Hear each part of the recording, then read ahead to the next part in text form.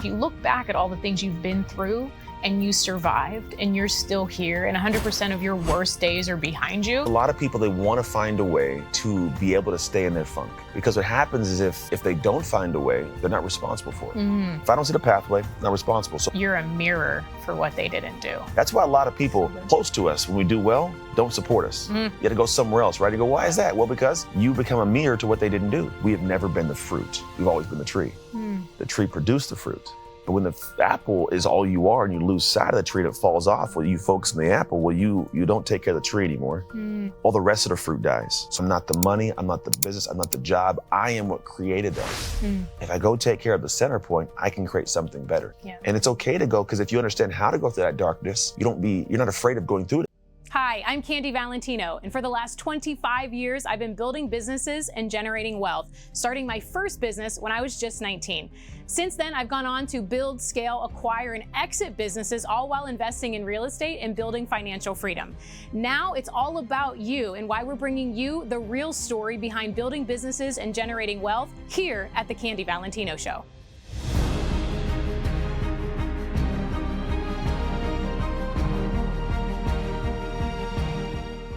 Welcome, everyone. Thank you so much for tuning back into the Candy Valentino Show. I am so grateful to have you be able to listen into this conversation today, because I've been wanting to have this conversation for about 6 months or so. So we're so grateful that Anthony Trucks is finally able to join us. So thanks so much for being here. Yeah, thanks for having me. Yeah. We kind of know each other, you know. Actually, I don't remember we should have talked about this off air, but do you remember the very first time we met? Yeah, it was a conversation. I think it was about a relationship thing. Yeah. Do you remember where? It was in Santa Clara. Yeah. I don't know why I'm all of a sudden immediately remembering this. That's so crazy. I didn't think about it until you started saying it, but yeah, I do recall that. And it literally just kind of came into, because obviously a lot of your work with identity shifts and the dark work, and we're going to unpack all of that. You met me at probably the worst time in my entire life. And it's so interesting that what I remember from that time being in such a difficult space in my life, that I remember you were backstage. And I said, I'm so embarrassed about this whole situation. And the audience obviously doesn't know I was in a very toxic relationship and I was getting out of it. And the guy that I was in a relationship with flew out to that event. Oh, really? And was stalking, remember? Yes, I recall. And Brendan was like, no worries. And it was you and another guy. He had a tattoo on his neck. Ricardo. And Brendan was like, here, just hang with these guys. They'll make sure you're good. And I remember being so mortified, and you were so kind and so gracious. And you were like, hey, we all have shit. It's okay. Stuff happens. Yeah, you caught me about a year after my craziness, so it's good. So you were used to that. It's how it rolls. Yeah, it's life. So I just wanted to speak that to you, because it just is a testament of who you are as a person and not just how you show up front camera. But I want to unpack, because of all the people that talk about a story, and they have such a great story, and just rising through the ashes and through adversity and through challenges, like your life is a testament to that. And so for everyone watching and listening in, I think it's so important, because they see people successful now under this certain lens. But what you've had to do to get to this point, all the identity shifts that you've had, growing up in foster care, can you share a little bit about your story, your journey, and maybe just some of the challenges that you had to face? I mean, we're human, right? We all have the same ones. I think the things that I've experienced, like, they happened just earlier than most. It's kind of the way I look at it. Everybody eventually feels some of the same things. But at 3 years old, my mom decided she didn't want me and my 3 siblings, and she decided to kick us off into the foster care world, which at the time in 1986 wasn't a good situation. It still isn't amazing. If you look at statistics, any prison in America, 75% of the inmates are former foster kids like me. Half the homeless population spend time in foster care, because when we turn 18, there's no more paycheck, so people kick us out. I think less than 1% of us graduate college. There's over 500,000 foster kids, I think, just in California. And so we have a lot of same battles. So that was the world I got thrust into, bounced around from house to house. I had the fun beatings and starvations and torture. I say fun because it wasn't. But it kind of, it's a thing where it shuts you down emotionally. And we've all had moments in time where something happened to us and we had this trauma, and so we close up. And I did that. So at 6, I'd had all these crazy things happen. I got picked up, moved to a house, which is my current still family. Interesting thing was I was the only Black kid in a very poor all-white family. So I had a bunch of weird jokes and different stuff. It was just kind of a unique environment. We didn't have very much money, had a lot of love. And so for 11 years in the system, I was there, 8 years with them. And at 14, I got to sever parental rights and finally get adopted. Couldn't be adopted for a lot of years. And so finally did. And when you hit those moments where you're like, okay, I have this fresh start, you try something new. All of us do. You know, you create a fresh start, you try something new. And you're usually met with the reality that you suck at this thing you want to do.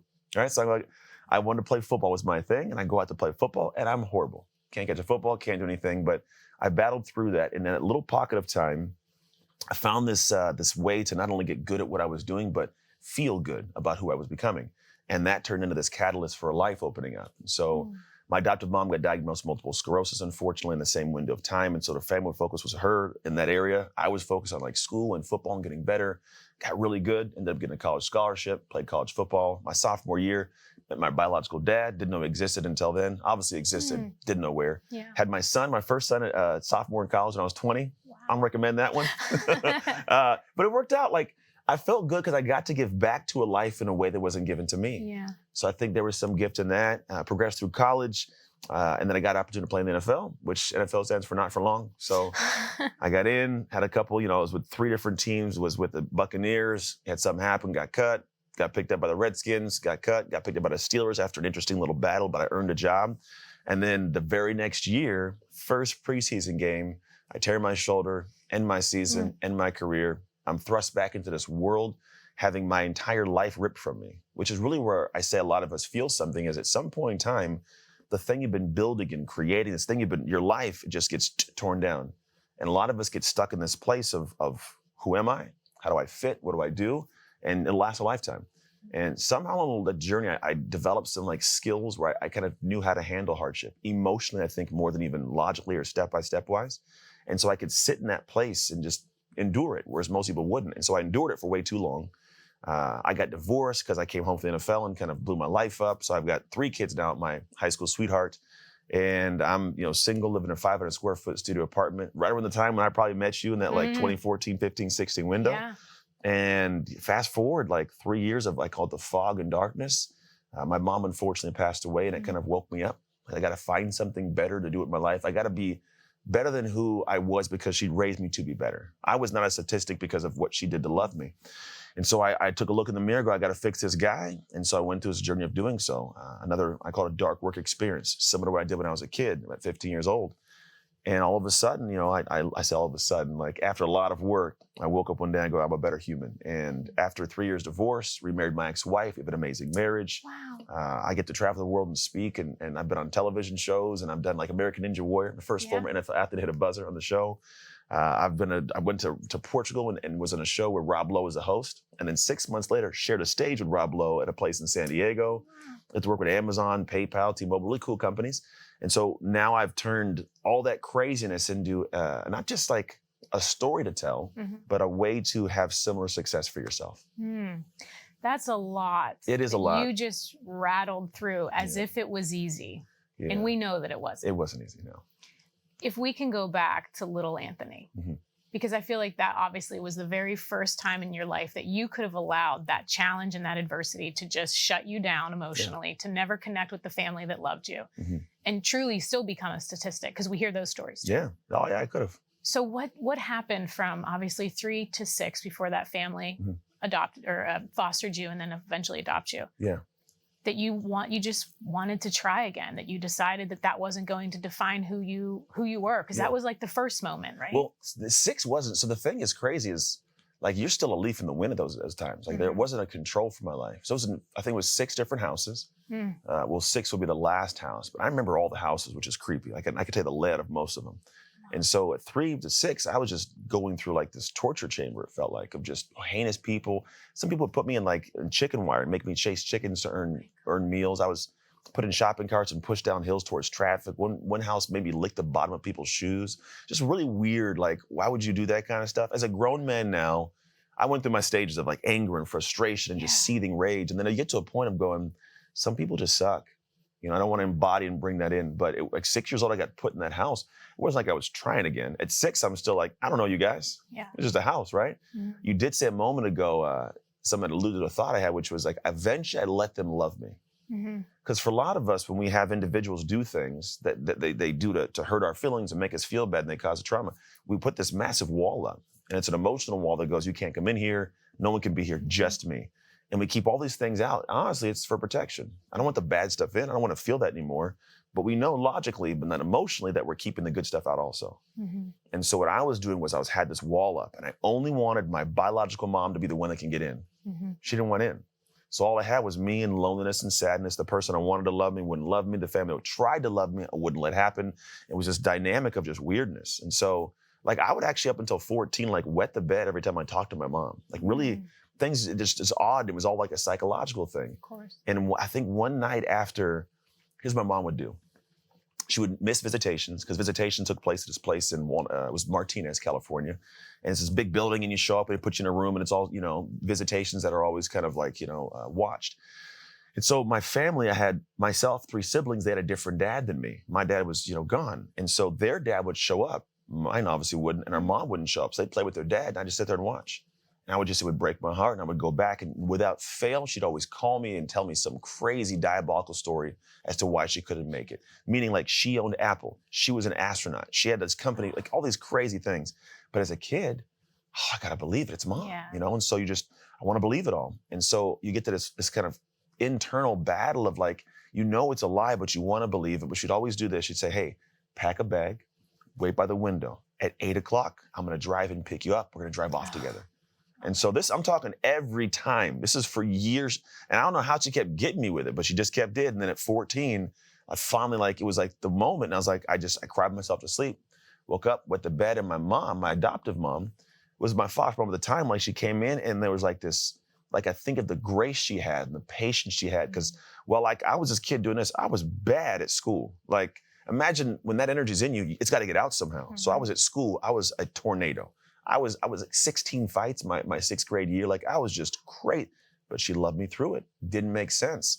And so what ended up happening was I had this moment. I went to bed, I wake up and like she was there and something clicked. I was like, wow, like this person that I have not let love me, they've been trying, like they're here. And then I was like, what if I let them love me?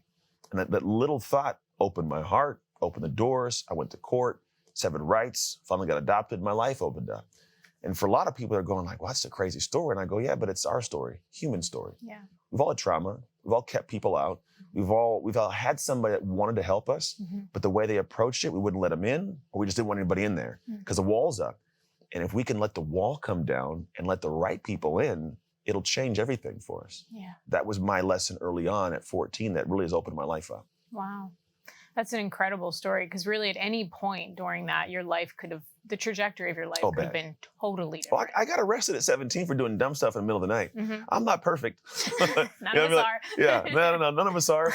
And, because at this time my mom was sick and I'm running with the guys and hanging out, you do stuff. And then, I actually had a tattoo of me being arrested because there's a point in time where I find myself face down, going in the back of my head and guys saying, he's just handcuffed and he gets in the back of a police car. And in my car, it had letters from colleges that were looking to give me a scholarship. Wow.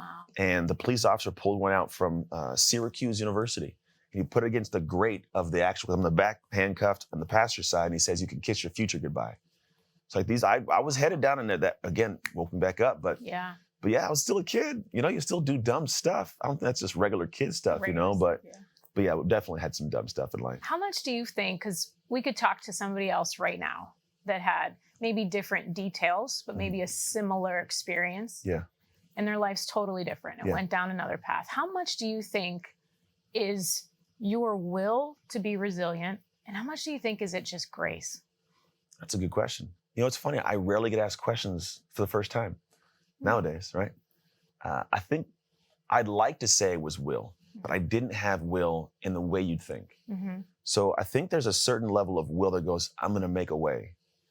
But I think for a lot of me, it was like, I didn't want to keep experiencing this. So when you've had a lot of like hardship, the thing is like, I just want to keep feeling this way. So my will was to find a way to end that.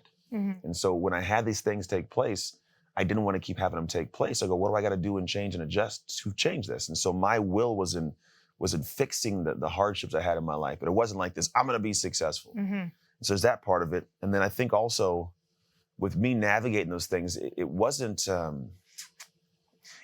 something where for me, like the will was going to be, I knew it was going to be great. I just knew it was going to be better than what it was. So like that's what kept me moving. Cause I'm like, well, it's so bad now. Like it's got to get better somehow. Right. So I pushed forward.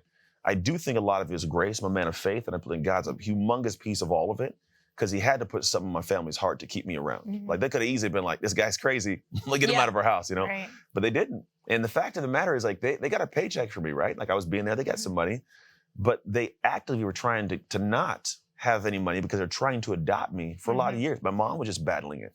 And so I think a lot of it was grace given to me from them, but they had to have a lot of grace given by God to kind of have the patience for me. Yeah. And I think it opened up doors for me to walk through and do some positive things. The thing is, though, I think everybody gets the doors. I think everybody has the opportunities to. I just think for some reason, part of me at one window of time in like that 14, 15 range, I go, you know what, like, if I'm gonna get anything, it's gonna be because I get it. I think that was where I finally had some sense of control. And what it was, I got a paper route. I was like, so it's like, I want to buy things. My mom was like, we're poor. We don't buy things for you. So I go, how do I get it? She's like, get a job. I'm like, what kind of job does a 12-year-old get, you know? And it's like 12 to 14, I had the paper route. And so I got to the situation where like I could get up and do this thing, and then I could go collect money. I'm like, this is my money. Like I'm in control of this. And so the more I saw that, I was like, well, if I put effort towards something, I could actually get an outcome.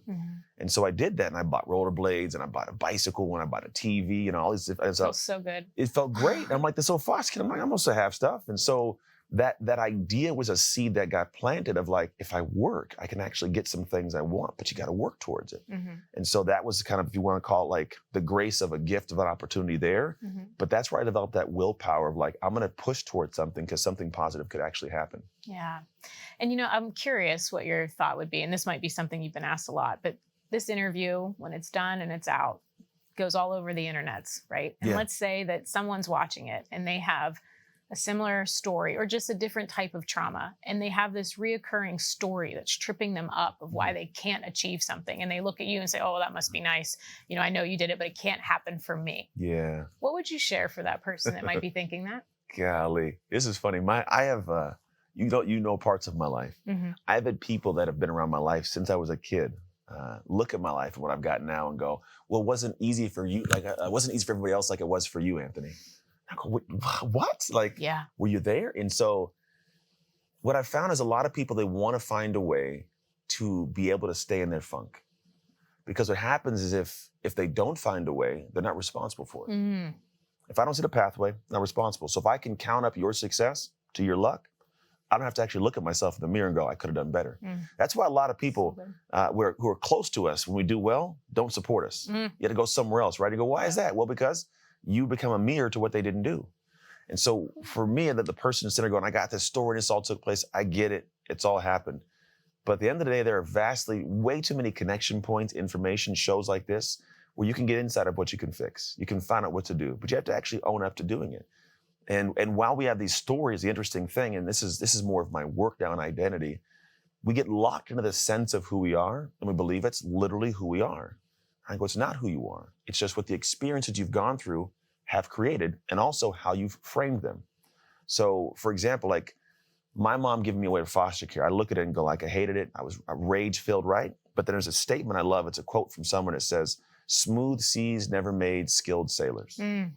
And so when I had this stuff as a kid go happen, I was pissed, I was angry, right? And then I go, wow, wait, I got a jump start on craziness, which means I got to navigate it and learn how to deal with the emotions of it, have conversations. So I have this skill I've been honing for 10, 15 years more than somebody else. So if I jump into this and I get faced with that, it's me and them, I'm a win. I got experience here. So part of it goes, you know what? I don't like what she put me through, but I appreciate it differently.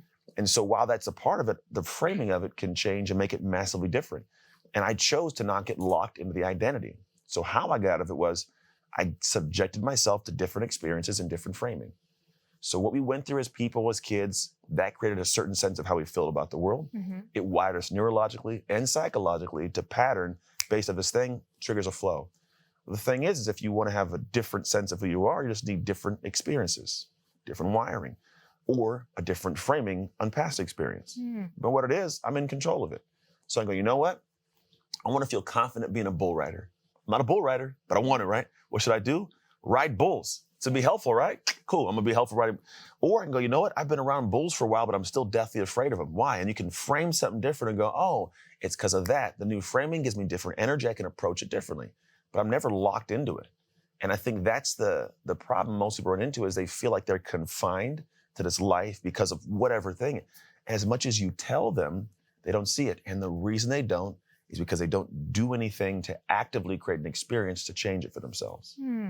So do you think, well, first off, I got to touch on that. You're a mirror for what they didn't do. Yeah. Like, such a bomb drop moment right there, because I think oftentimes we think that those people that are around us are the ones that should support us and be happy for us. But so often they're the ones that aren't. I agree. It's the strangers that you meet that are like, oh my gosh, this is so awesome, that tend to support you because they're not living in that lack. So I think there's so much value there. And then when you talked about like just that new identity shift, you've had to do this over and over again. Like you had to do it from not feeling and adapting that 75% of all foster kids are in prison and over half are homeless. So you had to change the definition of what that meant. Had to. And how did that affect you? Now, here you are not having your biological father, having obviously, you know, it sounds like your mom might have had some mental issues to do something like that.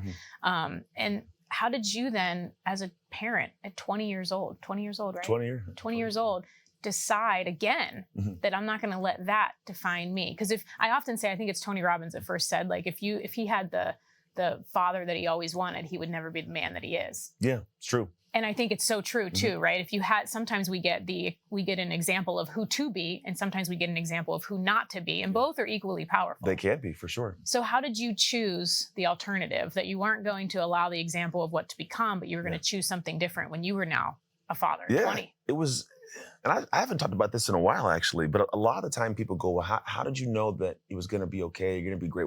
How'd you know to commit to something before you were going to be great at? Like, how'd you know football's going to pan out? And I go, I didn't. I had no idea football's going to pan out. But there was a part of me that at a certain level, before I like found faith in everything, I wanted to do what was right. Like, right was my guide, if that makes sense. It's a weird one. I don't even know where it came from, but I was like, when I did wrong, I felt funny. I was like, after I got arrested, was part of it too. I go, I'm gonna get a clean slate. I don't like having to lie. I don't like being in darkness. I don't like having to have these weird, I don't want to look at somebody and be like, I know something, but I don't tell you. I hate those funky spots. So I'm a very transparent human. And so for me, I go, I just want to do what's right, even if it's hard to do what's right.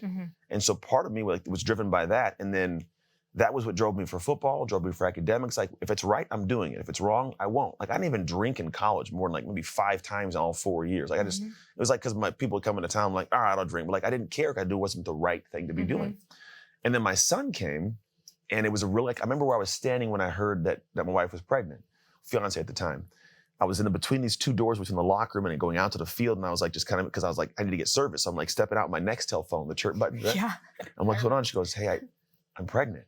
And I remember hearing it, and I go, okay. She's like, what do you mean? I go, it's gonna be okay. And she's like crying. She's like, what do you mean? We're 20 years old. I'm like, we're gonna be okay. And I had this weird, like, positive feel. And people go, how'd you have a positive feel at 20 years old? You're a college athlete. I go, because I was gonna get to give back to life in a way that wasn't given to me. Like that was from day one. That was my sheer, like, driven energy. Like, I've loved every moment of being a dad from day one. Like, I've never had a worry about it. I've never, like, in my heart, I've never worried about, am I going to be okay doing this? I know some guys like, I don't know. I'm like, I don't know what that feels like. Because for me, I go, I've handled hardship. I've navigated this stuff, right? But if I just do what's right, which is be a better father, like you're talking about, I knew what I lacked. Now, I had a foster dad. He's a great guy. Right? He's an amazing human being. But there wasn't a lot of emotional teaching and navigating it. He's only 12 years older than me. So I have a weird dynamic there also. But I had to learn just through life and hardship and not having a lot of people presently close to me. And so for me, like, I knew what was right, and I just did that. If I needed to be patient with my son, or I needed to be, more stern with him, or I needed to just let my wife take care of it, I need to do it because I knew that was the right thing. And even now, as a grown man, my son's 19 years old, and we have back and forth conversations, and I'm still in a position of going, even if I'm wrong, I'm gonna go ahead and say, okay, son, all right, I'm wrong. You're 100% right on this. And like, because I want to do what's right, and I'll let my ego subside to do that. And so for me, the fatherhood thing, like, there's a lot of things that are scary, but we inherently know what's right. It's just doing the hard thing of what's right now, not just doing the easy thing that's usually wrong and fixing it later on when it's festered. So I like to avoid future festering and just handle and do what's right now. Yeah, it's like choose your hard, right? It always is. It's sometimes hard to do the right thing. And if you don't, it's going to be harder down the road. My 14-year-old son, I preach to him all the time. I say, you don't get to choose whether or not it's hard. That's right. You get to choose which hard you want. And the one you don't choose is going to be harder. Yeah. Oh my gosh, so true. And then what's so powerful too is, like, people that have experienced, experienced hardship, but then they've done the work, which is the important part, right? To view it in a different way, to package it, to see how it made you who you are. I think that's almost the true gift in everything. It's one thing to look back and, be grateful for moments in your life. But when you can look back at the most challenging times of your life and still don't want them to have happened, but at least you can find some appreciation of how that led you to be who you are. I feel like that's where true freedom to be who you are and who you're not 100%. And how God created you to be is really powerful. Well, because you've built a you know who you are. There's when you've done very hard things, and it's kind of, in our life, we're going to be given a bunch of situations that are always opportunities, even if they don't seem like it. But when you've done the thing that's very difficult, where most people have shied away, and you become the 1% of the people who do push past, you have a different air of yourself. It's not always an arrogance or a negative kind of, approach to somebody else, but there's a way you can say, like, I know I'm awesome without it being detrimental to somebody. Right. And it took years for me to get to that point of like, I am great, I'm phenomenal as a dad and a husband. I love what I do, I serve at a high level, but I've earned that through, like you're talking about, the hard things. And what's weird about it is most people are like, nowadays, the instant gratification, the seeking of ease, we don't realize that in doing that, I think it's the reason we have so much like mental issues, because people, you get faced with something, you call it trauma. And I go, well, it's only trauma because it's harder than what you can handle, because what's giving you a traumatizing situation, I'm like, that's just Wednesday between 8 and 9 a.m., you know? And so it's not to diminish you, but it's saying you just haven't faced enough hard things. So yes, when you give yourself the gift of the hard thing and you look back, you do have a sense of like pride, but it's a confidence, it's a pride. It's this thought of this. I go, I'm open to taking on any opportunity, because I know as I go down the path, I'm going to be faced with a problem, but I bring me to my problem. That gives me peace. It gives me confidence. And so, but I had to build that, and everybody has to build that separately. Yeah, and it's so interesting because people have asked me over the years, like, why you're so confident going into whatever, writing a book or speaking on stage or whatever. And I'm like, well, it's not that I'm confident because I haven't done that before, but it's like, if you look back at all the things you've been through and you survived and you're still here and 100% of your worst days are behind you, it gives you a level of confidence stepping into this next thing that you don't need all the answers. But if you figured out how to pull yourself out of that dark place, stepping on a stage or writing a book or what is like nothing in the scheme of things, right? But I do think that we've had this like ease of society that makes people not quite as tough. And I think it's difficult because then when you're faced with things, you don't realize how capable you are to pull yourself out of it. 100%. And for you, it didn't just stop there. So you obviously, the 17-year-old with the police, you ended up getting yourself back together. You took one of those letters. You had a full ride to college, which then led to the NFL. And I didn't know we had one other thing in common with the Pittsburgh Steelers, because that's where I'm originally from. Oh, Pittsburgh? All right, down the Allegheny Street, South Water, all those fun places. That's right. Yeah, it was Matrix and Donzi's and Chauncey's. Yeah. Back in the day. I didn't go out and drink and party much, but I remember those names. They're down around the corner from the facility. That's so funny. But obviously, so, dream scholarship, you get picked up in the NFL. You have this new identity that you're building that, okay, I want to play football. I'm going to go pro. And then again, something tragic happens. Takes you out of the sport that you love. And now you have to have a new identity shift. What were some of the moments like after you had your injury that pulled you out of the game? Oh, well, I mean, they all pulled me out, but like a lot of them pulled me out of myself. Because the thing is, whenever you lose something you've been working towards or building, like in your relationship as well, you have a lot of questions of like, what's wrong with me? Am I okay? Am I good enough? Do I deserve more? Or how do I become awesome at something else? Because I don't know how to not be awesome at all. And like, so I can't even be awesome, Right. Am I a one-trick pony, right? Yeah. So I know that's happened to me. It sucks. So I left the NFL and you come home and it's like, well, who am I without football? And the way I give like a metaphor of this is, it's kind of like this fruit of a tree, right? The tree, it's there and it produces fruit. And I'm the fruit, I'm the apple. And the apple for me is also like football, So I am football. And the apple falls off the tree and it rolls around. So when I left the NFL, like, I'm okay for a little bit. I might go back in, I'm not. But then if you give that apple some time, you can take it to the farmer's market, you can take it to your house. Eventually on your counter, if you don't eat it, it rots. And when that's kind of how you are, like the same thing with like the sports thing or the military, or sending a kid to college, right? Over time, you start to feel the absence, you feel it rotting, and you start to feel like you're nothing. And what's crazy is this happens for everybody, and they stay stuck there as a rotten apple for a lifetime.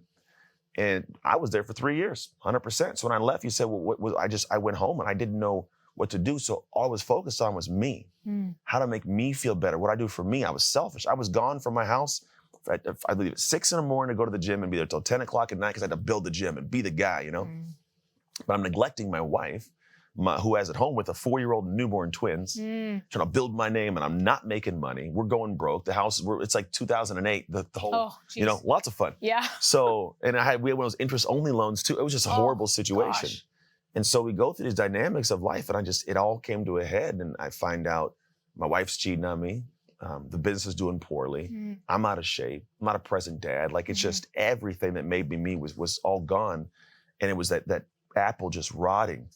And I got to the point where I was like, if this is life after football, I don't want this. Drove off one night. I was like, I'm done with life. And thankfully never took any actions towards, but I was like, I kind of like get away. And then I remember like coming back and having some conversation with people and finding out ways that they saw me that I didn't see that they ever saw me. Like, I didn't realize the respect that people carried for me. And it put me in this trajectory to like find a way to fix my life, but I didn't fix it fast. Like, I was there for 3 years, a long fog, I'll call it. Yeah. But then what happens is you get to this point of realizing one thing, which took me way too long to realize, which is we have never been the fruit. We've always been the tree. The tree produced the fruit. The tree made it sweet, made it, you know, amazing. The tree did that. But when the apple is all you are and you lose sight of the tree and it falls off, well, you focus on the apple, well, you don't take care of the tree anymore. All the rest of the fruit dies. So when football fell off and it died, I stopped looking at the fruit of my marriage, fruit of my health, fruit of my parenting, fruit of the business. And so all the tree, the fruit, it all died. And then when I turned back, it was all just rotten. And so I had to go back and take care of the tree. Better soil, better nutrients, give it sun, and produce a sweeter, more abundant fruit, which is what my life is now. But for a lot of us, we get stuck for a lifetime going, I'm the fruit's gone, I'm nothing. You know, the military's not here anymore, I don't know what to do, and then we just, gone for a lifetime. Or sports, some people leave the sports world in any sports, gone for a lifetime. Or their relationship fails, and I'm not lovable, and it's gone for a lifetime, right? And it's all because no one decided to stop and take a look and go, oh, I'm not that thing. I'm not the money, I'm not the business, I'm not the job, I am what created that. If I go take care of the center point, I can create something better. That's so powerful. And when someone is listening right now and is saying, oh my gosh, I'm doing that. My business failed, or I didn't hit the numbers that I thought I was going to hit, or I lost my relationship, or even lost like a loved one, and you're in that dark place. What are some of the first steps people can do to start to dig out? Right? Because conceptually, it's one thing to hear this, but then I feel like a lot of times it's so hard, right? It's not the idea, it's the action. You said the word. It's the darkness. It's like, so it's funny that you're wearing black and I'm wearing black because my brand is dark work. It's what we talk to. Here's what I would tell you. When you're in those funky places, the last thing you want to do is anything. I don't want to move. Emotionally, you're drained, your heart's drained. Like, you don't want to get up and move, but that is the time when it's critical to move. And I heard from this guy named Dan Nitro. He's the guy, American Gladiator guy. I had him on a podcast one time. He says, I love this statement. He goes, action ends suffering. That's it. Action will end it. Thinking about it won't. Hoping it'll change won't. But an action is the only thing that'll end it. Now, it may not be the first one. It may not be the first 50. But an action will end it. So when somebody's sitting there, the biggest thing, the most simple is you got to take an action. But most people go, I don't want to waste time. I don't want to take the wrong action. So I'd much rather take no action than the wrong action. So they just sit there still for a while. And what I've noticed in my life personally, and also the journey of people I've worked with, is you have to go through a few stages. And so I'm not going to unpack the whole process. I don't think it needs to be done. But essentially, you have to take a look at yourself and go, all right, I am the common denominator in all of my problems. Either I've created it or I'm allowing it to persist. What do I got to do? It's the simplest way to do it. You got to first take a look at the thing you don't want to look at, which is you. Because it feels good to go, like, I'm in this place because he did that and she did that, and it's the market messed up, and it's all good and well. I think Mark Manson's, the guy that did the Subtle Art book, talks about it may not be your fault, but it's your responsibility, right? So it's happened. What are you going to do about it? I'm not going to be able to come and fix your life. I'm not going to sit there side by side and wake you up and take you to the bathroom, make you eat food, you got to do this stuff, right? It's got to be actions. You don't feel like it, but it's going to have to be actions, because you can control your attitude and your effort even if you have no energy. That's something you can rile up out of nowhere and just create energy if you want to go do it. So find a way to at least say, okay, I got to act towards something. Now, what you're going to act towards, different for everybody. What you might do and I might do is different. That's why I'm not a big fan of people always going, I want to be like that person. Let me research everything that they did. You could do that, but they may have things that got to be changed way different from what you have to do. So this is why people get to the point of like, I've been working on myself for 3 years. Have you? What have you been doing? This and this and this. Oh, interesting. Who told you that's stuff you're supposed to do? Oh, I saw this person. I go, so you don't even know what you're supposed to be doing. That's why you're putting this energy in and getting no motion, because it wasn't the stuff you're supposed to do. Then once you have that, you have to do work. But we live in this world where social media has ruined people's mentalities, which is everything I do, everyone has to see, everyone has to like. Has to like it. Right? I go, that is the worst way to do it. It's the worst. Scientifically, you will never get much done. Here's why scientifically. There's actually something we have in our brain called mirror neurons. There's a lot of ways they show up. But the mirror neurons, like if you stub your toe, I go, ooh, because I can mirror the pain. Yeah. But also, I will gauge what you're thinking of me. And they found if you put somebody into a room by themselves, it'll be effective, efficient, productive. If you simply put someone else in the room, it diminishes by like half. You go, why? Well, because now they're mirroring, what's that person thinking of me? Am I clicking my pen too much? What am I smelling like, right? I'm not here, I'm out there. And so when I say you have to step away and do things like this work you're supposed to do in yourself, when you're doing it with a camera in the room or doing it for the world to see, you're not actually doing it. That's right. You're pseudo doing it or doing halfway. And that's where you're doing all this work going, what was the thing? Well, how come I'm not having success? You weren't really doing it. You were doing it hoping to get praise for doing it, but you didn't actually do it. And so for me, I tell people, you have to go and do actual dark work. Behind the scenes, unsexy, difficult, uncelebrated, misunderstood by some people. You might get ridiculed as well, but you have to do things that when you're doing them, like we alluded to earlier, it's incredibly difficult and it's hard and it challenges you and you have some teary nights and some joyous days and then teary nights, you know? But that journey is the one where when you come out of it and 6 months have gone by and you wake up and you look back at yourself and you go, I am someone different. Like when it's hard to get back into the headspace you used to be in, you know you've gone past, like that's the journey you're looking for is that moment. Because it's not about just accomplishing something to feel like the action isn't to accomplish something. It is, but it's to become the kind of person that can accomplish that thing. So when you're in that dark place, it's first figure out what is the work you got to do. And it's going to be an ego swallowing, pride swallowing experience. 2, you got to go do that work. And it's got to be something that's separate from everybody cheering for you and all, right? And there's a lot of ways you do this. And the last part of it is you have to actually emerge into the world and show up. Just show up. Because a lot of people, they're afraid of going back into the light because of the ability to go back into the dark.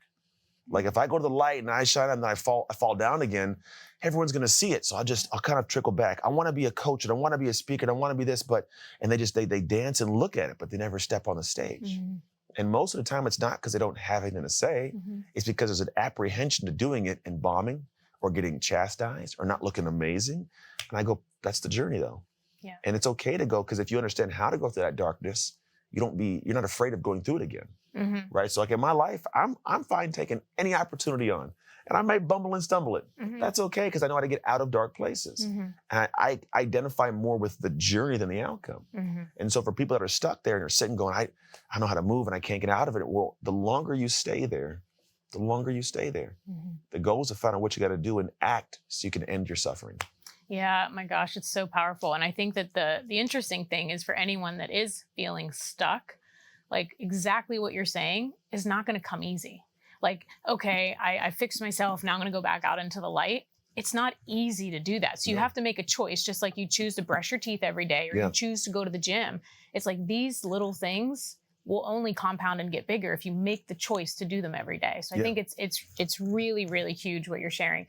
Now, someone's obviously seeing, okay, I feel that. I feel like I am playing small. I'm not wanting, or I'm just wanting to get this success. And what I see, I'd be interested in your thought. I often think that people are just doing a lot of the things that they're doing every day for social media. Yeah, they are. And my whole thing is, if social media closed tomorrow, like it was no longer a thing, would you still do the things that you're doing now? Would you still do them in the same way? Great question. And if the answer is no, you need to really take an assessment at what you're doing. Yeah. And I don't know about you, but for me, I will go dark. And this actually like ticks people off in my life because I will literally go dark. You can't text me. You can't DM. Like I just don't respond because it is the only way that I can fully focus and function on something. Do you ever have moments or periods of times that you just go dark? Yeah. Literally, my work's called dark work. You have to, because if you don't, what happens is you get pulled away from the thing you're supposed to be doing. and then you know you didn't do it. Mm-hmm. And as a place like that me and you are, like the place of service, I have to be as great as I can for the people I serve.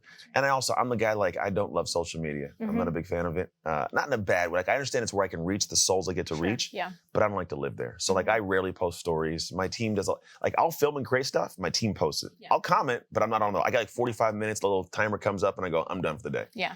But I do, there's times, like if you look at my calendar right now, I have cleared out the next, I think, month for the most part of like, I'm not doing podcasts. I'm not doing meetings because there's things I want to work on to launch the new year.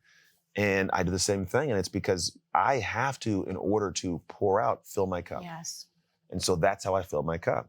And yes, people may get mad and bothered, but the way I look at it is the ones who get me get it. They know I love them. They know that I'm there. If they really need me, they know how to find me. But I'm in a space where I want to do great work that is born of what I want to do to give to the world the way that they need it. And I want to also enjoy my life. So I'll also sometimes go dark, not to work, but just to not work. Yeah, right. Right? So I'll go dark and I'm just with my wife and my kids and I'm hanging out, I'm taking trips and it's okay. Yeah. And the people that I really, that get me and care, they get it. They get it. Those who are like, I sent an email 3 days ago. I'm like, I'm glad you did. I appreciate that. I'll get back to you, but I don't work for you. Like, right. And you may not like that. And it's okay. Like, we don't have to like each other, right? You may love me, you may not. Not everybody loves Jesus. It's going to be okay. You know? And so, yes, I think it's a necessity because anybody even if it's not the idea of going dark for separation and social media stuff, if you want to create something really amazing, you got to get into that space where, like, when I played football, when the clock went on, the ball was kicked, I could have been in the middle of, I don't know, the universe, not even like just in a blip in the middle of space because nothing else mattered. Nothing, I would melt into this game. That I didn't even know the stands or the crowd were there most of the time. It's this. And when you're focused here, it brings all of you to it. Yeah. And you get to give your all to this thing. And when you're done with that, you feel accomplished for what it is. You can't wait to give it to the world. A lot of people want to have success, but they have imposter syndrome. And I go, well, why do we have imposter syndrome? Because I started like, why is this thing going on? And I go, who doesn't have imposter syndrome? And I found that if you look at the best athletes, Tom Brady ain't got it. Kobe Bryant didn't have it. Michael Jordan didn't have it. Serena Williams didn't have it. Why? What it was there was times when they went dark and they were so honed in and gave it their all, that dark work, that they exited that moment in time to go into the light with this mentality of, I've done too much work in the dark to lose in the light. It's not this, I don't want to mess up, it's let me loose. You have no idea what's coming, right? Yeah. And so when you do those moments, you tuck away, you're building that inside of you. Yeah. So you do come back better. And if you don't do that, you don't get to have that sense of confidence. Absolutely. So when people want to, like, for social media, show everything, you can do that. Show the picture of what right? The problem is you're not doing the work. And because you're not doing the work, you're not building the confidence. And when it comes to you showing up, imposter syndrome clicks in. And it may not look like that. It's procrastination. It's slowing down on something. It's making good excuses and not go to the thing, right? It's whatever it is. It may not show up like that, but part of you is apprehensive to push your vision into the world because you know it's the thing. Because those who are successful, and especially in our space, there's a level of confidence where you're like, either they're crazy or they're right, you know? And if you know they're not crazy, like this person, they're right. And they get people to buy in, they get people to, it's not because they just all of a sudden were filming, it's because they tucked away and they locked in. They did that thing so dialed in, so clean and clear to when they came out, think Goggins, Wim Hof nowadays, right? Yeah. Where were they 20 years ago? Yeah. Doing it, right? Yeah, that's right. So when they did that and they came out and emerged, you're like, oh my gosh, they're able to shine because of what they did in the dark. Yeah. Oh my gosh. And you said about, once you emerge, I think the other thing that happens is if you're not doing the work, you're showing it all, you're doing it for the wrong reasons. Now you're actually stuck into this validation loop. You are. Oh yeah. Do you see that? I see that in the space too, where people just want the validation of other people. They want people to invest in their ideas as opposed to just knowing who you are, who you're not, and just going and doing it. Yeah. And I think that people will be far more successful, have way more fulfillment if they are willing to shut the cameras off, go down. And, there are moments where I don't shower, I don't put makeup on. Like I'm just doing the work, the unsexy stuff that nobody really wants to see. Yeah. But it's important for people to understand because that's what actually makes you. That's it. Those are the moments that really make you who you need to be to accomplish anything that you want. Because success shouldn't just be that one thing you're after. It's becoming who you need to be in the process so that you can achieve success in every single area of your life. There's a guy recently I heard he say, it's older like video, and he says, when my mentor told me, he says, go make $1 million, not to make $1 million, because if you have to become to make $1 million, which is what you're talking to right now.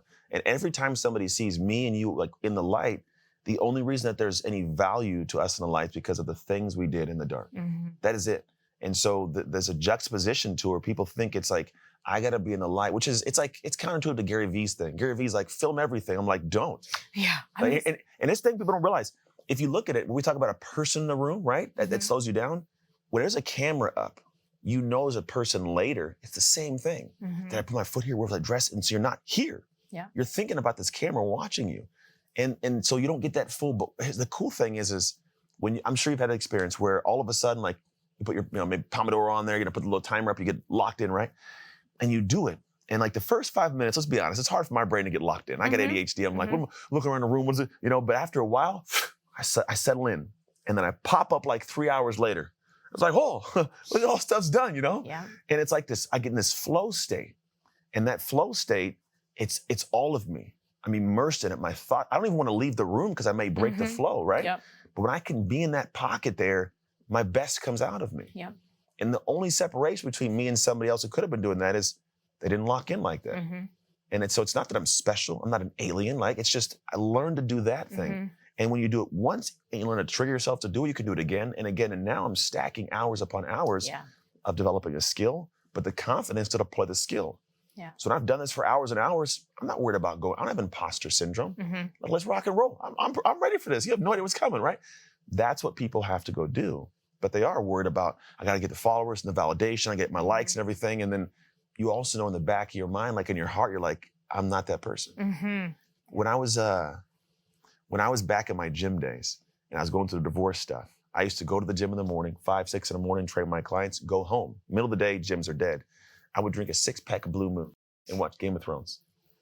Go back to the gym and go, get in shape, And I get this, my stomach hurts now of like the inconsistency of me as a man. Yeah. The lack of congruency as a human. Yeah. Like, it makes me sick that that's who I was for those people back then. And so that little part of me goes, if I'm gonna be a guy in front of the camera, in the front of the world doing what I'm doing right now, I have got to live this. So I'm not always in front of the camera. I'm not always doing stories and stuff. But if you were to go ask my wife and my kids, does he do this? They'll tell you he does these things. Yeah. My friends will tell you I do these things. I talk to this, I coach, I live it because I got to come here and be in certain congruency of who I am. And when you do that, just for yourself, not even because you don't got to do what I do, right? You don't got to do it like I talk and speak about it, right? Maybe you do it because you're in real estate, or maybe you decide to do it because you want to open a barbershop. It don't matter. Yeah. But when you do that, it oozes out of you. Yeah. People see it. They feel it. You don't have to try anymore. Yeah. It comes out of you naturally. Yeah, and I think that the people that I've often had people say that they feel like inner civil war, right? Like they feel, and I often say like that feeling is you knowing that you're not being consistent with who you're actually supposed to be. And the only way to really figure it out, because I'm sure going from foster care to college, to being a dad, to the NFL, to being an entrepreneur, to then speaking in front of people, like there's so many evolutions of yourself that you have to really get confident to step into these new arenas. Yeah, you do. And so I think the only way that you can ever do that is you have to be able to work in the dark, as you say, because otherwise you're never going to develop the confidence or the competence to go do this next thing that you want to do. 100%. Have you, going from obviously like the athlete mindset, starting a family, going through your divorce, now being an entrepreneur, because although people can see you as a speaker and a coach, you're still an entrepreneur too, because you're running a business. 100%. What are some of the challenges that you've had to face in that new identity? Everything everybody else does. I have a life. And I want to live my life and make my life livable. Like I want to have a great life and do stuff, but also I have to do certain things to work it's a delicate harmony. I don't like the word balance with it because balance says I got to give the same to everything, right? Yeah. 8 hours at work. My wife got 8 hours of me, she'd be pissed. Like, this is too much time. I'm a happy guy. You're like, go do something. She's like, leave me alone, And so the idea is like I got harmony though. And so my harmony is the same. I'm a father of 3 kids. I have a wife who they all need time from me, and I want to give them my time. I've got great friends. I have a home I want to enjoy in a town. I want to go do things. I want to coach my kids in sports. I want to do all that. But I also want to go and speak because it lights me up, and I love getting off the stage and seeing people like touched by the words I stated. I get to go in front of 10,000 people at times and just share from the stage, right? I love all those things. And if I want to be great at all those things, it takes great dark work. And so for me, it's like this. If you looked at my calendar right now, my best friend, he's a police officer. He's like, dude, your calendar makes me nauseous. The things you do, like I had on the way to where I had to go this morning, which is to the airport. I had listened to a training that I'd done in the past, so I could do it again the kind of similar way because I don't repeat things. Yeah. It's like I listened to that, got into the airplane. On the airplane, I had to rewrite a whole document because I had to give it to my team working on the website. As soon as I landed, had to get to a quiet space at a coaching call with a client. As soon as I got with the coaching call, I got an Uber. On the Uber ride over, I was researching different stuff because I had to do some different things for the podcast I was talking about. As soon as I got here, I went right into a room, literally right into a room. Right? Yeah. I was training a whole group of people for 30 minutes, got done with that, met the guy who was here, showed me the whole place. As soon as I was done with that, we're here and we're doing this. Yeah. As soon as I'm done with this, I got to get right back and I got to go and write something for preparation for a team call tomorrow. I land, I get right to my truck, I drive to football practice. Like my life is it's a harmonious kind of flow of different things I love to do. And I'll get home and I'll be fine. Yeah. I don't need alcohol. I don't need drug.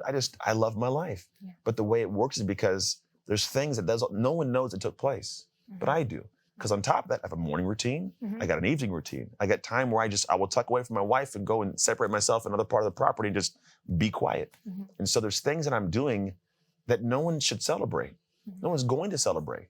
But they will be able to celebrate with me when I'm being a good dad and a good husband and a good coach and a good speaker, right? But it's the things I do behind the scenes. And so there's a harmony to it. And I have to design that. So for me, I'd call it, you have to actually design your dark is what I call it for our little process. You must design what your dark work looks like. You can't hope it's going to happen. You can't drive off emotion. Yeah. It has to be a plan that you've designed so you can stay disciplined to it. So a lot of it's for me reading and researching and paying attention and talking, having hard conversations. Lots of meetings. And then sometimes, a lot of the time I try to do this, I'll clear out like my whole calendar, tell no one, I don't even tell my wife. If I tell my wife I have no work meetings, she'll be like, let's go to Costco. That's right. Target and Starbucks. Yeah, shoot, man. So I'm like, I got a whole work day. And I will just headphones on. I got 4 headphones because I run out of batteries sometimes. And I put the noise canceling on and I just go. And I want to melt into the whiteboard and create this stuff. They're going, okay, great. I'll take a picture of it, put it here, organize it, get it flowing. Like there's a lot of creative space. And then I spend a lot of time, probably every month, I'll sit down and go, what does every single hour of my next month look like? Now in that, there's hours of nothing, time with my kids. A lot of it is that. But the work hours, I need to know intricately what I'm doing 3 weeks from now on Wednesday at 8:15 in the morning. Yeah. If I don't know that, then I'm leaving myself open for someone to come take that from me. Yes. And then I'm not prepared for what I got to be doing later on. Yes. Because here's what everybody is missing. A lot of the clients I have that I teach who want to speak and coach, they all desire to have this life like mine. They go, I want to have what you have. I go, that's great. Let's talk about that. What I have isn't going to come with the work ethic you have now. So if you can't get through this course, you can't have the life I have. I can promise you all day the pathway. But you're going to be faced along this journey with a lot of different things. And if you can't handle reading the document, watching the video, writing this out, and then presenting this to a small group of 7, you can't have this. That's right. Now, if you can, and you can commit to trying to do that, it's everything. You can do better than what I do. You can have a better business than I've ever had, right? It's all there and possible. But you have to realize that what you want to have, anybody wants to have, you have to be able to carry more. If you akin it to like a metaphor, if I know I got to carry 10 logs, my dream is to carry 10 logs, right? Just say this. And let's say 10 logs is millions of dollars and a house and a wife, right? If you get tired at 3 logs, how can you carry 10? Yeah. Right? So at 3, it's going to be heavy. You don't put 3 logs down and sit there. Yeah. You go, you hold on, you hunker down, you flex. Okay, cool. Put the 4th one on.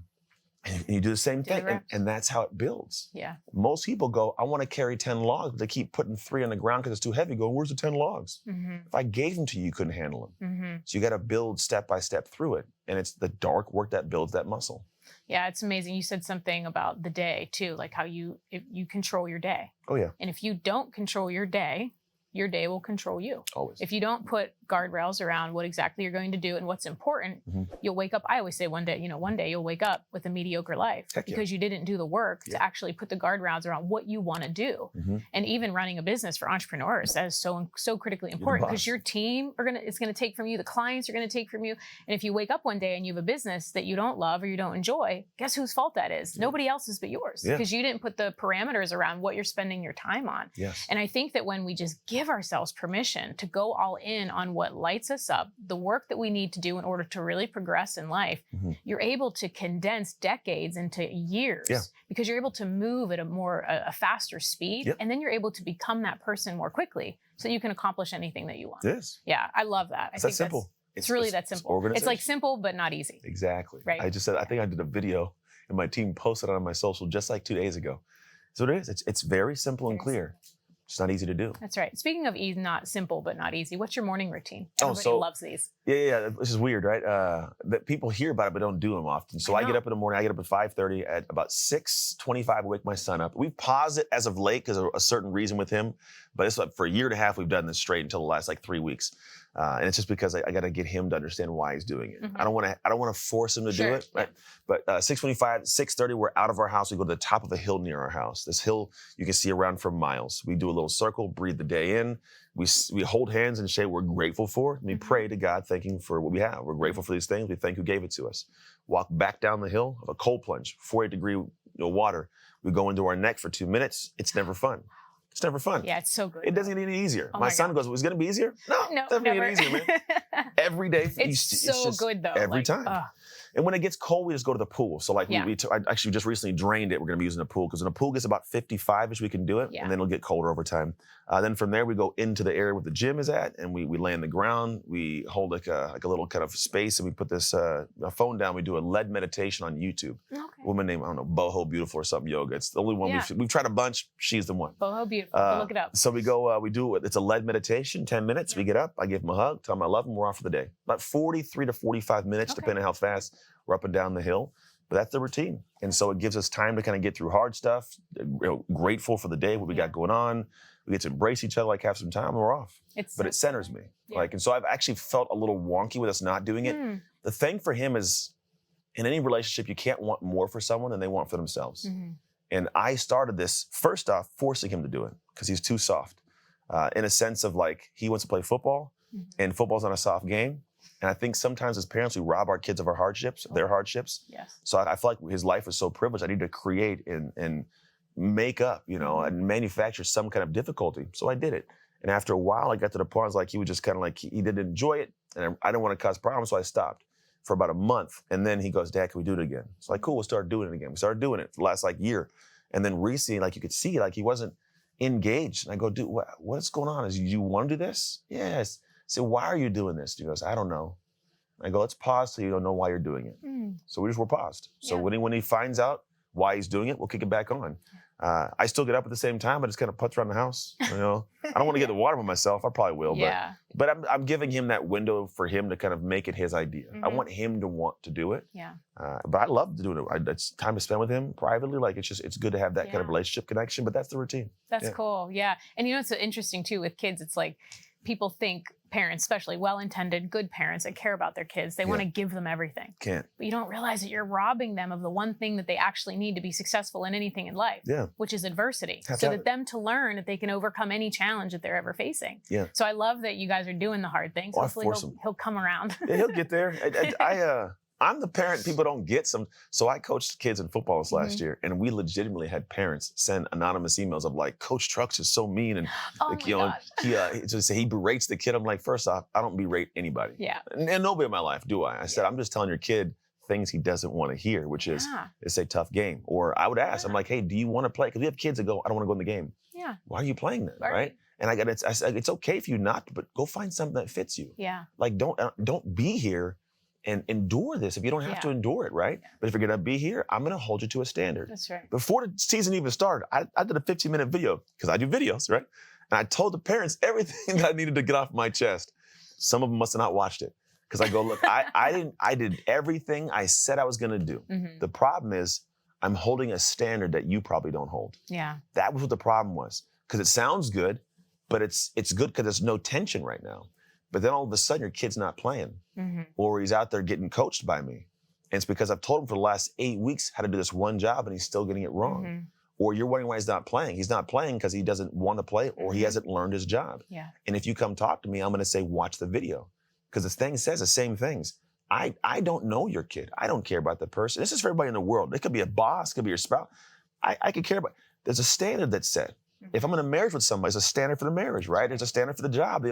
If you fall below the standard and I'm coaching you to come up to it, it's not going to feel good, right? But what's going to feel worse is that you're not getting that thing and having to look what you could have had forever. Yep. So I can either have you be a person that has a false sense of security or has no skills, or I can coach you to get to it.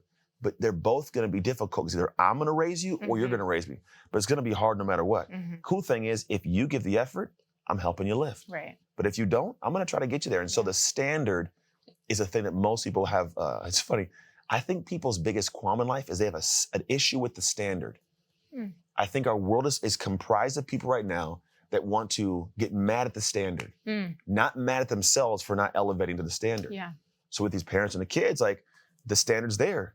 They don't want to give their kid the hardship of raising themselves to it. Yeah. Or I want a business. I've worked so hard for this. I'm glad you've worked to your level of hard, but your dream has a certain standard of hard. If you haven't met that yet, I don't care how you feel. Yeah. Like, my dream doesn't care. The NFL doesn't care how coach, I've ran to the level of what I think is hard. I should get to play. Give me a contract. Ain't how it works. Right. They say you must do this or you have no job. Right. I don't get to cry about it. That's right. And so people don't realize that that's the world we live in. And they're trying to argue the standard to come down and we should all feel good. And our feelings should all be, they should to an extent. But there's certain points in time where even myself, I have sucked as a human. And my feelings should have hurt. I shouldn't have felt good. I should have worked. So I did work and I got to a better place. That's what we have to, as a human society, I think nowadays, go back to, which is kind of what dark work does. I go, hey, here's a standard of what it is. Go to work. Yeah.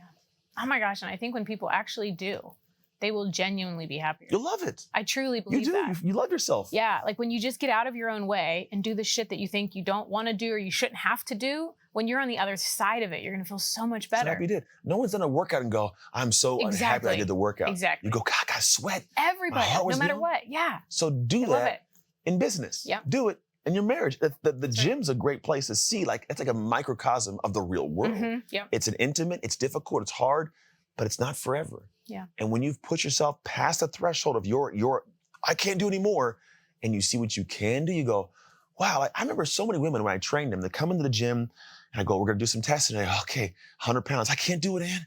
I can't. Go, you got this. Let's go. Come on, Karen, you got it. And she got to the bar and, oh my gosh. Yeah, and like this elation, she lit up. Yeah. And I go, you always had that in you. Yeah. But you were fighting you to let it out. Yeah. But when you did it, the pride you have, like, we can do that anywhere in your life if you get under the bar and do that. Yeah, so good. And it's so interesting too how our mind is the first thing to give up, but our body's actually far more stronger. Yeah. So then our body proves what we're able to do. And then your mind's like, oh man, I'm pretty good at this. So we talk a lot about entrepreneurship and wealth on the show. And as someone who has been through both sides of this, right? You've been the height of what everybody dreams of when they go to play a sport. Yeah. You've got the challenges with the gym and with your marriage and obviously growing up poor, which I can relate to as well. What is your now, as you've experienced all of these highs and lows of life and you've had all these different identity shifts, what is your definition of wealth or success to you now? Control, that's it. Control. Not freedom, though. Not freedom. People say, because think about it. Freedom's interesting. I feel like it's like it can lull you to sleep. I feel like you can be free to choose a career that you hate. Yeah. You can be free to be in a relationship that you don't want to be in. You can be free to be whatever it is and look at yourself in the mirror and go, I don't like me every day, right? Control is different. Control means I have discipline. I can control the part of me that doesn't want to do it and still get it done. Control says I can control my emotions in a heightened situation. Control says I can wake up today and choose, I don't want to do that and not do that. Like I control my life to where I get to create my day. I'm in control of my day. There's no one that can come in and go, Aunt, you have to be here at this time and do that or else, right? So I control my life, but I have the freedom to get a job I hate, the freedom to go do dumb stuff, right? Because freedom's not always an amazing thing. And so what I've looked at is I've gone through the different journeys. I've got friends who do a whole bunch of different cool things, millions of dollars and billions of dollars. And some are happy, some are unhappy. And I go, the congruency between the people who are at the most peace and joy, they found control. They have a way to gauge their life. They can control the parts of them that they're the hard ones to control. Because I got it too. Like, I like to eat stupid things, like candy bars, but I can control myself and not eat it. I feel good about myself, right? Yeah.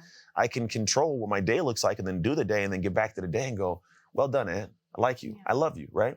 Because what happens is if you can't control yourself or your emotions, what you do, and anybody does, is We'll do things we're not proud of. Mm-hmm. We then lose respect for ourselves. If I don't respect somebody, I can't love that person. Mm.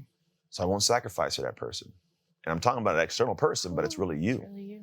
So if I fall short of what my control point is, I got a problem. But if I'm free to eat what I want, do what I want, right, you'll do those things. You'll indulge at too many levels, and all of a sudden, you have no control of yourself. So freedom, peace, wealth, it's control for me personally. I love that. And I loved how you touched on peace and joy, because that's really where it's at. That's what I want. I think people really think they want other things. And obviously in a show about wealth and success, we always talk about that. Yeah. But it's so interesting that if that is the only thing you're after, I promise you eventually you'll get there and you'll have regret. It won't be. It's crazy. I've done that. Yeah. I was chasing the things and made the money, and then who do you spend it with? What time do you have? Like, I love the fact that I just get up in my house and I hang on my wife and take my kids to school and I come back to practice. I got regular friends that aren't like on jets all the time. We just go talk about stuff and go fishing. Like, there's things that are of life that I think that people, they are enamored by, the fame, the fortune, those things. Yeah. And I've been around people that have it. I've been at that level of like, hey, look at me, I play in the NFL. And it's not that it's not fulfilling, because you can be in those positions, have amazing fulfillment, but it's not the pinnacle of life.